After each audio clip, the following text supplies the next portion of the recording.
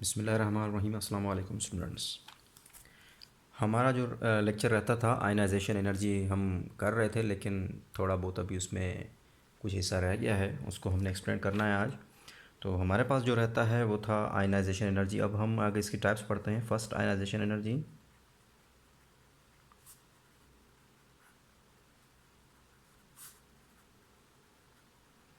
First ionisation energy का मतलब क्या है कि एक इलेक्ट्रॉन को वैलेंस शेल में से रिमूव करना to produce a gaseous ions. To remove only one electron from its valence shell to produce a gaseous ion is called first ionization energy. Remove an electron. Remove an electron. एक electron को remove करना from its valence shell, from the valence shell of an element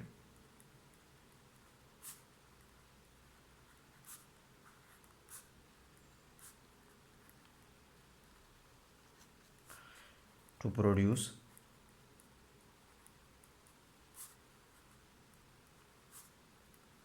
gaseous ions is called first ionisation energy. यही definition है ionisation energy की भी, यही definition है, और ये हो गई first ionisation energy. First ionisation energy, let suppose हमारे पास मैग्नीशियम है। मैग्नीशियम का एग्जांपल लेंगे। इसमें से एक इलेक्ट्रॉन को जब हम रिमूव करेंगे तो ज़ाहिर है इसके ऊपर चार्ज पॉजिटिव आ जाएगा एंड वन इलेक्ट्रॉन यहाँ से रिमूव हो जाएगा। इसको फर्स्ट आयनाइजेशन एनर्जी मीन्स कि इसको कितने एनर्जी देनी पड़ती है इसको निकालने के लिए। तकरीबन हमारे पास यहाँ पे एनर्जी की वैल्यू है, याद नहीं है मुझे, बता देता हूँ आप लोगों को। ये है तकरीबन 737 किलो जूल पर मोल। ठीक है, कितनी एनर्जी है ionisation energy for first ionisation energy कितनी है, इसमें कितनी देनी पड़ती है, 737 किलो जूल पर मोल। नेक्स्ट आपके पास आता है सेकंड आयनाइजेशन एनर्जी। मैं अब शॉर्ट फॉर्म में लिखूंगा ताकि जल्दी जल्दी हो जाए। सेकंड आयनाइजेशन एनर्जी मीन्स कि एक इलेक्ट्रॉन को रिमूव करने के बाद एक और इलेक्ट्रॉन रिमूव किया जाए। एक तो आपने रिमूव कर लिया, उसके बाद एक और इलेक्ट्रॉन को रिमूव किया जाए। To remove an electron after removal of one electron. To remove an electron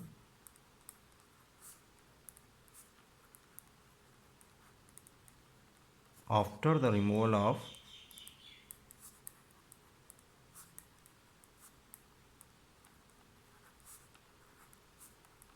first electron, after the removal of first electron to produce a gaseous ion is called second ionization energy. इसको हम क्या कहेंगे, second ionisation energy कहेंगे। अब इसको means के अब इसमें से एक और इलेक्ट्रॉन निकालना है हमने। Mg प्लस में से एक और इलेक्ट्रॉन निकालना है, आपके पास आ जाएगा Mg और चार्ज प्लस 2 प्लस आ जाएगा। देखिए चार्ज बढ़ता जा रहा है, इसको भी ध्यान में रखिएगा। 2 इलेक्ट्रॉन। तो अब फर्स्ट आयनाइजेशन एनर्जी में फिर सेकंड आपने इलेक्ट्रॉन निकाला, तो अब इसके लिए जो आयनाइजेशन एनर्जी सेकंड के लिए है वो कितनी आपने दी, इसमें आपने दी है इसको एनर्जी 1450 किलो जूल पर मोल। 1450 किलो जूल पर मोल, इतनी आपने इसको एनर्जी दी। डेल्टा एच जो है इसमें कितना है, 1450 किलो जूल पर मोल है। नेक्स्ट आपके पास आता है थर्ड आयनाइजेशन एनर्जी। मीन्स के तीसरा इलेक्ट्रॉन निकालना after the removal of second electron. ठीक है ना, energy required to remove the third electron after the removal of second one is called third ionisation energy. So energy required, energy ज़ाहिर उसकी पड़ेगी, ज़रूरत पड़ेगी। Energy required to remove third electron after the removal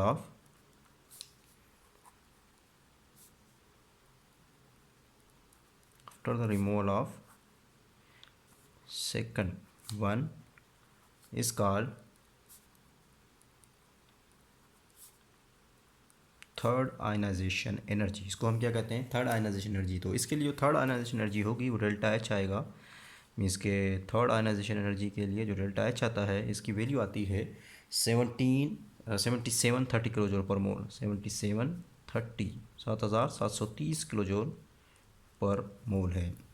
अब आप देख सकते हैं कि फर्स्ट आयनाइजेशन एनर्जी जो है वो कम है, सेकंड आयनाइजेशन एनर्जी उससे थोड़ी ज़्यादा है, और थर्ड एनर्जी और बढ़ रही है। मीन्स की एनर्जी जो है वो एक ही एलिमेंट में आप इलेक्ट्रॉन निकालते जाएँ, एक ही एलिमेंट के पहला इलेक्ट्रॉन निकाला, थोड़ी एनर्जी ज़रूरत पड़ी, फिर दूसरा इलेक्ट्रॉन निकाला, आपको ज़्यादा एनर्जी की ज़रूरत पड़ी, फिर आप लोगों को तीसरा इलेक्ट्रॉन निकालना पड़ा, तो उसके लिए मज़ीद आपको क्या चाहिए, एनर्जी चाहिए। ऐसा क्यों है?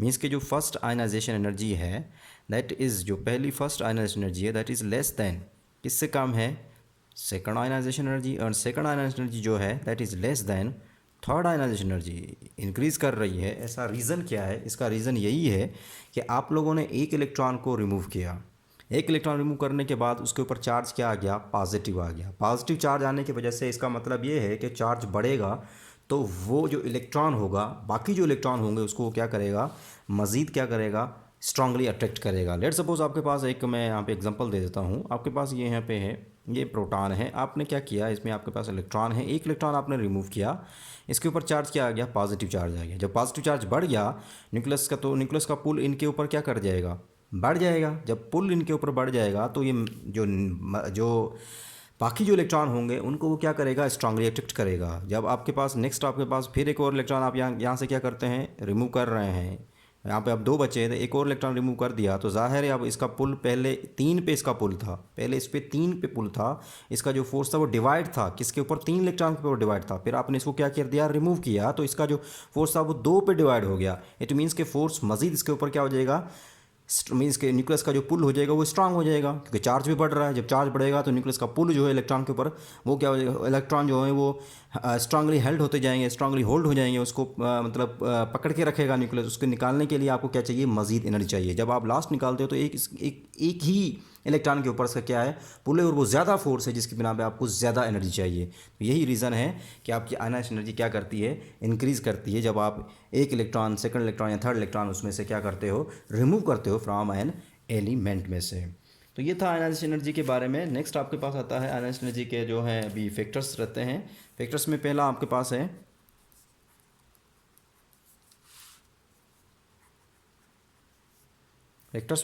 पास है साइज़। सो साइज़ में क्या है, ionisation energy is inversely proportional to the size of an atom. अब आप खुद अंदाज़ा लगा लें, पीछे भी आप कर चुके थे कि आयनाइजेशन एनर्जी क्या है, inversely proportional to the size of an atom. Means कि अगर एटम का साइज़ जो है वो क्या है, बड़ा है, तो आयनाइजेशन एनर्जी क्या होगी, कम होगी। Greater size lower ionisation energy, उतनी आपको क्या चाहिए थी, कम आयनाइजेशन एनर्जी चाहिए। अगर साइज़ बड़ा है, ग्रेटर साइज़ है, तो लोअर आयनाइजेशन एनर्जी है। इसी तरह अगर आपके पास जो है हायर साइज़ है, मीन्स के आपके पास साइज़ जो है वो ग्रेटर साइज़ है, तो lower ionisation energy, greater size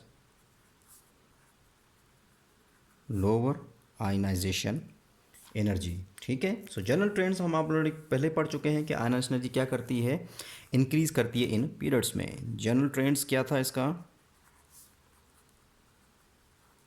general trend ये था कि आयनाइजेशन एनर्जी क्या करती है, इंक्रीज़ करती है किस में, पीरियड्स में।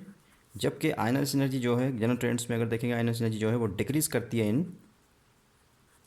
ग्रुप्स में आयनाइजेशन एनर्जी क्या करती है, डिक्रीज़ करती है।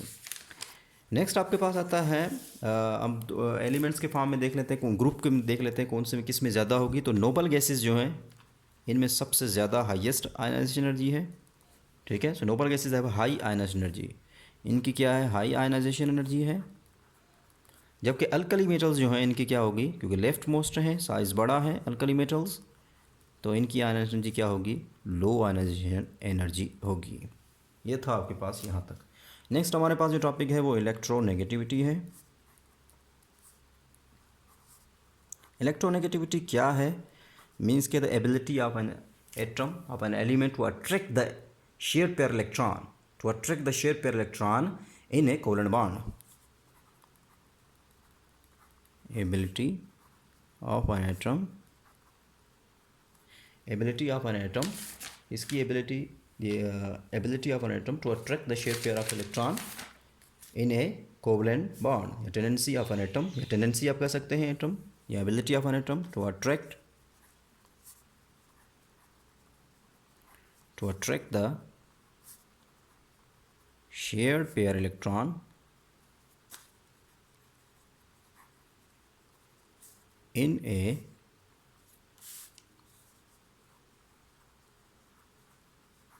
Covalent bond. ठीक है, सो टेंडेंसी ऑफ एन एटम, या उसको टेंडेंसी भी कह सकते हैं, एबिलिटी भी कह सकते हैं of an atom to attract the share pair of electron in a covalent bond is called electronegativity. इसको हम क्या कहते हैं, इलेक्ट्रोनेगेटिव। देखिए कोवेलेंट बॉन्ड, यहाँ पे जाहिर है आपको कोवेलेंट बॉन्ड होगा तब भी वो क्या करेगा, अट्रैक्ट करेगा इलेक्ट्रॉन। अगर कोई बॉन्ड ही नहीं होगा, अकेला होगा, तो वो उसकी आप डिफाइन नहीं कर सकते। सो आप electronegativity does not define for individual atom, किसी भी इंडिविजुअल एटम्स के लिए आप उसको इलेक्ट्रोनेगेटिविटी को डिफाइन नहीं कर सकते। सो तो इलेक्ट्रोनिक डेफिनेशन उस सूरत में होगी जब आप दो एटम्स होंगे, उसके दरमियान में कोवेलेंट बॉन्ड होगा, तभी आप उसको क्या कर सकोगे, डिफाइन, मीन्स की कंपाउंड के अंदर आप उसको डिफाइन कर सकते हो। So electronegativity does not defined for isolated atom, या इंडिविजुअल एटम या आइसोलेटेड एटम, अकेला जो एटम है उसके लिए आप इसको डिफाइन नहीं कर सकते हो। सो इलेक्ट्रोनेगेटिविटी, दैट्स वाई जब ये दो है तो कंपेयर करते हो, तो दैट्स वाई ये कौन सी प्रॉपर्टी हो सकती है, ये जो आपका जो एबिलिटी है या फोर्स भी आप कह सकते हो, मींस कि फोर्स, किसी भी एटम का फोर्स जो है वो अट्रैक्ट करता है शेयर पेयर इलेक्ट्रॉन को towards it self in a covalent bond, अपनी तरफ जो है इलेक्ट्रॉन को खींचता है वो जो फोर्स। अब ये जो फोर्स है दैट इज़ रिलेटिव फोर्स, या ये हम कह सकते हैं कि ये जो प्रॉपर्टी है that is relative property. Electronegativity is a relative property. ये कौन सी प्रॉपर्टी है, रिलेटिव प्रॉपर्टी है, मीन्स के रिलेट करते हो, कंपेयर करते हो। दैट्स वाई इसका कोई यूनिट नहीं है, नो यूनिट, इस वजह से इसका यूनिट नहीं है। यहाँ तक समझ आ गई, इलेक्ट्रोनिक डेफिनेशन समझ आ गई यहाँ पे। सो अब फैक्टर्स, अब इलेक्ट्रोनेगेटिविटी के फैक्टर्स देखने, factor affecting the electronegativity, factors affecting on electronegativity. कौन कौन से फैक्टर्स जो हैं जो कि इलेक्ट्रोनेगेटिविटी डिपेंड उस पर क्या करते हैं, अफेक्ट करते हैं। नंबर वन हमारे पास size of an atom, size आता है पहला हमारे पास जो फैक्टर है वो साइज़ आता है। यू नो वेल के size is inversely proportional to the electronegativity. Electronegativity क्या है, इन्वर्सली। अगर साइज़ क्या होगा, स्मॉलर साइज़ होगा, स्मॉलर साइज़, तो आपके पास जो होगा हाई इलेक्ट्रोनेगेटिविटी होगी, high electronegativity, smaller size, high electronegativity. इसी तरह अगर आपके पास लार्जर साइज़ है, लार्जर साइज़ है, तो फिर आपके पास क्या है, लो इलेक्ट्रोनेगेटिविटी है।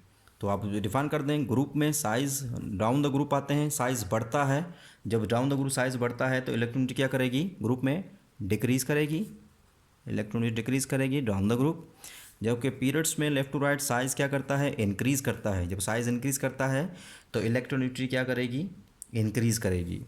सॉरी, साइज़ जो है वो डिक्रीज़ करता है, पीरियड्स में साइज़ जो है वो डिक्रीज़ करता है, ग्रुप्स में इंक्रीज, सॉरी पीरियड्स में जो है साइज़ वो क्या करता है, डिक्रीज़ करता है। दैट्स वाई इलेक्ट्रोनेगेटिविटी क्या करती है, उसमें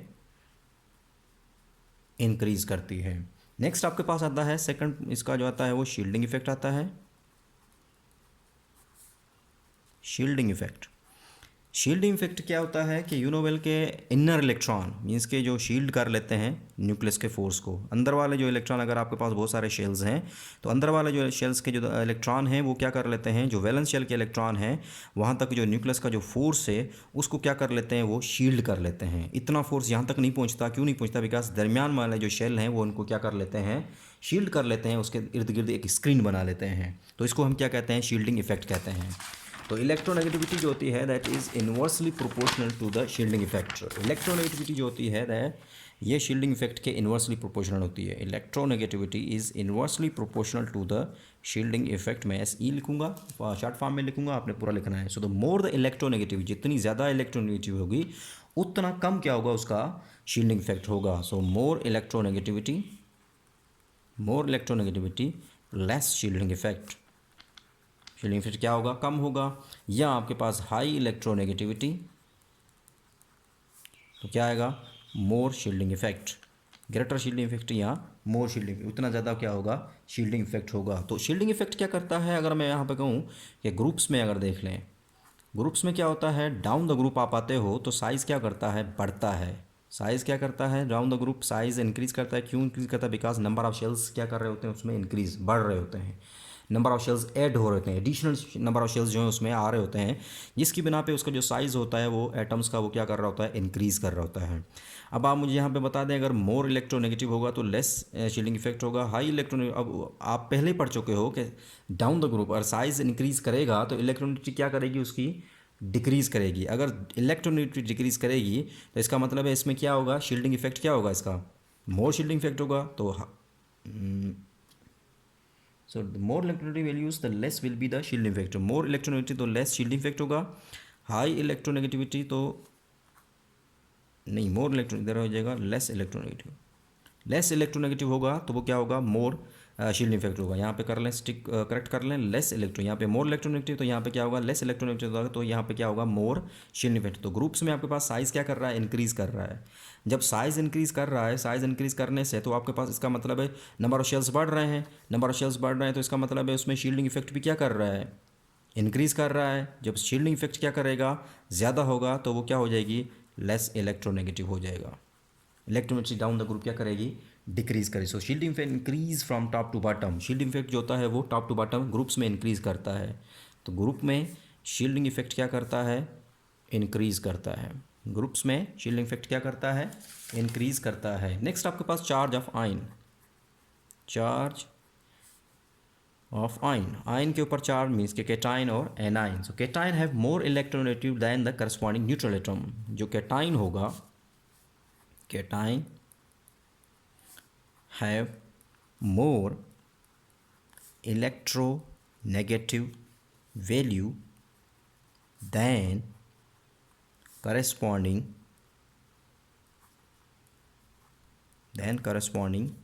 न्यूट्रल एटम। अपने न्यूट्रल एटम के मुकाबले में अगर उसके ऊपर एक ही एटम है, अगर वो न्यूट्रल है, अगर फिर उसमें से इलेक्ट्रॉन निकालते हैं तो उसके ऊपर चार्ज आता है, कैटाइन आ जाता है, तो उसकी इलेक्ट्रोनेगेटिविटी क्या होगी, ज़्यादा होगी। लेट सपोज आपके पास लिथियम है। लिथियम जो है इसके ऊपर चार्ज, ये न्यूट्रल एटम है, इसके ऊपर क्या है, इसकी इलेक्ट्रोनेगेटिविटी 1.0 है।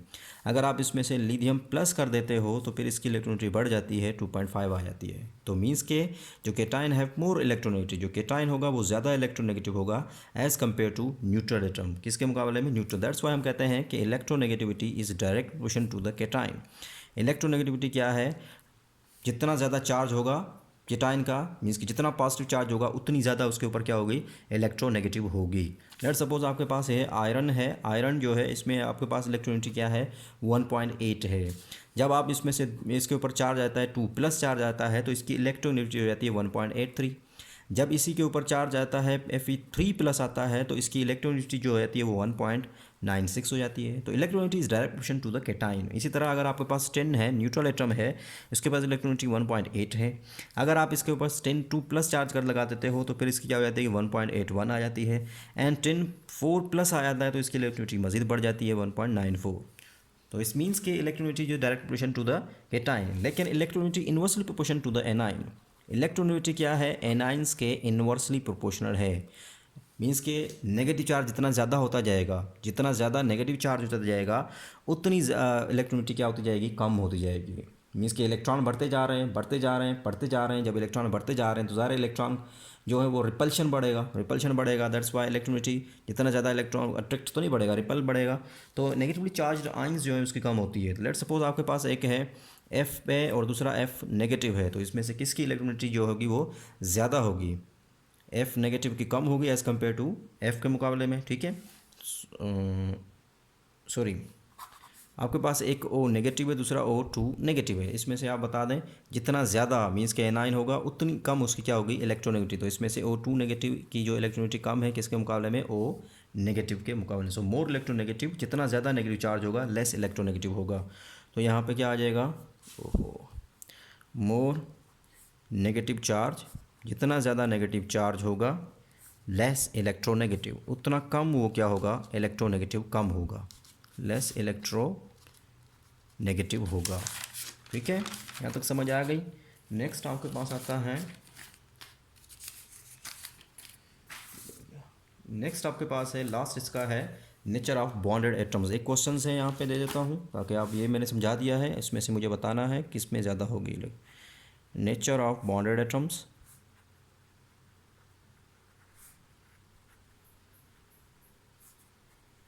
नेचर ऑफ बॉन्डेड एटम्स में आपके पास दो हैं। एक आपके पास है PCl3 है, दूसरा PCl5 है। मुझे इसमें से आप लोगों ने बताना है, ये आपके पास सेंट्रल एटम है, ये भी आपके पास सेंट्रल एटम है, किसकी ज़्यादा, कौन सा ज़्यादा इसमें इलेक्ट्रोनेगेटिव होगा एलिमेंट। ठीक है, ये आप लोगों ने बताना है।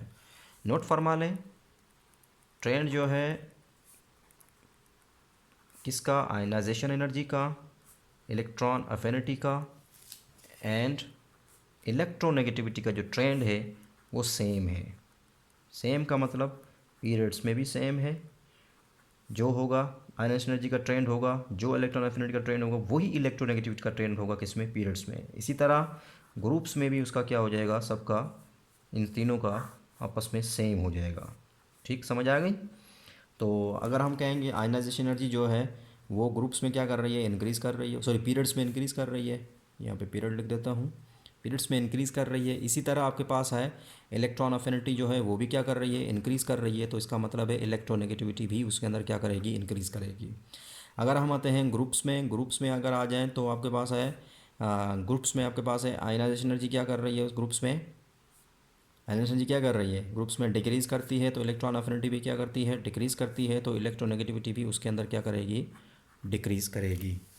तो यहाँ पे आर्गान जो है उसको नहीं दिया गया। अब अगर हम यहाँ पे थर्ड पीरियड्स को हम स्टडी कर रहे हैं, थर्ड पीरियड स्टडी में करने में आपका यहाँ पे लेट सपोज सोडियम है, सोडियम के बाद मैग्नीशियम है, मैग्नीशियम के बाद एल्यूमिनियम है, एल्यूमिनियम के बाद सिलिकॉन है, फास्फोरस है, सल्फ़र है, क्लोरीन है और आर्गान है। ठीक है, ये चीज़ें आपके पास हैं। मैं यहाँ पे इसकी वैल्यू लिख देता हूँ, फिर यहाँ पे आपको क्लियर हो जाएगा। सोडियम की इलेक्ट्रोनेगेटिव वैल्यू है 0.93 है। उसके बाद इसकी जो है मैग्नीशियम की है 1.31 है। नेक्स्ट आपके पास 1.61 है एंड देन 1.9 है। नेक्स्ट आपके पास 2.19 है। नेक्स्ट आपके पास है 2.58 है एंड क्लोरीन की जो है 3.16 है एंड आर्गॉन की नहीं दी गई। ठीक है, ये आपका इसमें जवाब है बुक में। इसका मुझे जो बताना है कि आर्गॉन की इलेक्ट्रोनेगेटिविटी जो है साइंटिस्ट उसको कंसिडर क्यों नहीं करते। बाकी भी आप देख सकते हैं वो लेफ़्ट टू राइट क्या कर रही है, इंक्रीज़ कर रही है। इसका जवाब आपके बुक में मौजूद है, वहाँ से आप लोगों ने मुझे सेंड करना है आप लोगों ने। तो यहाँ था आपका आज का लेक्चर एंड अल्लाह हाफिज़।